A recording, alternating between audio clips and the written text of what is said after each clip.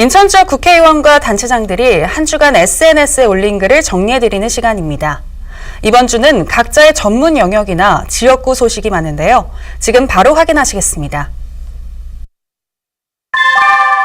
중부동구 강화홍진의 안상수 의원은 설경을 바라보는 사진 한 장을 SNS에 올렸습니다. 자신의 지역구를 다니다가 설경을 잠시 감상했다고 하는데요. 모진 바람과 추위가 빚어낸 환상적인 진풍경이었다고 전했습니다.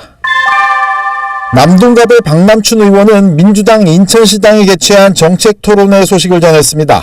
다양한 분야를 심도 있게 다뤘다고 하는데요. 예정된 시간도 훌쩍 넘겨 열띤 토론이 이어졌다며 참석한 시민과 당원들에게 감사의 말을 전했습니다.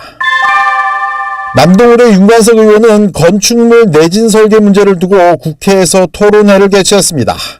예고 없이 닥친 경주와 포항 지역 지진을 언급하면서 건축과 시공 과정을 다시 검토할 필요가 있다고 밝혔습니다.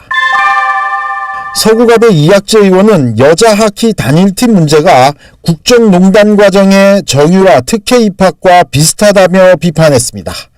땀 흘려 준비한 올림픽에 출전 기회를 박탈하는 것은 대학 입학에서 수험생을 탈락시킨 정유라와 비슷하다는 이야기인데요. 굳이 단일팀이 아니어도 남북교류는 가능하다고 지적하기도 했습니다. 서구울의 신동근 의원은 무상교복 문제를 검토할 정책토론회를 개최한다고 합니다. 국회의원 52명이 공동으로 주최한다고 하는데요.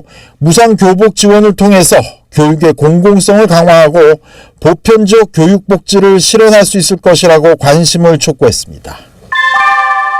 송영길 의원은 네덜란드 헤이그에 있는 이준 열사 기념관을 찾았습니다. 이준 선생이 을사늑약 당시에 고종의 밀사로서 만국평화회의에 참석하기 위해 찾았던 곳인데요. 당시 열강들이 지배하던 국제부대에 참석도 하지 못하고 좌절한 끝에 스스로 목숨을 끊은 장소입니다. 송 의원은 에너지 협력 문제를 논의하기 위해 북유럽과 러시아를 순방하고 있습니다. 민경욱 자유한국당 인천시당 위원장은 김교훈 국회 사무총장의 강의 현장에서 자신이 질의했던 내용을 전하고 있습니다. 울산처럼 주변 지역을 통합해 인천을 거대 도시로 만들자는 김 총장의 주장에 대해 인천은 이미 한국의 2대 도시로 성장했고 역사적으로도 한국의 관문으로 역할을 해왔다고 반박했다고 합니다. 강범석 서구청장은 지역의 도시 재생 사업의 한 사례를 SNS를 통해 전하고 있습니다. 가좌동의 가장 오래된 중국집이라고 하는데요. 최근에 한 일러스트 작가가 작품 전시장으로 활용하고 있다고 합니다. 강 청장은 새로운 가치를 부여하고 용도를 바꾸는 것이 재생이라면서 자신의 도시 재생에 대한 철학을 설명했습니다.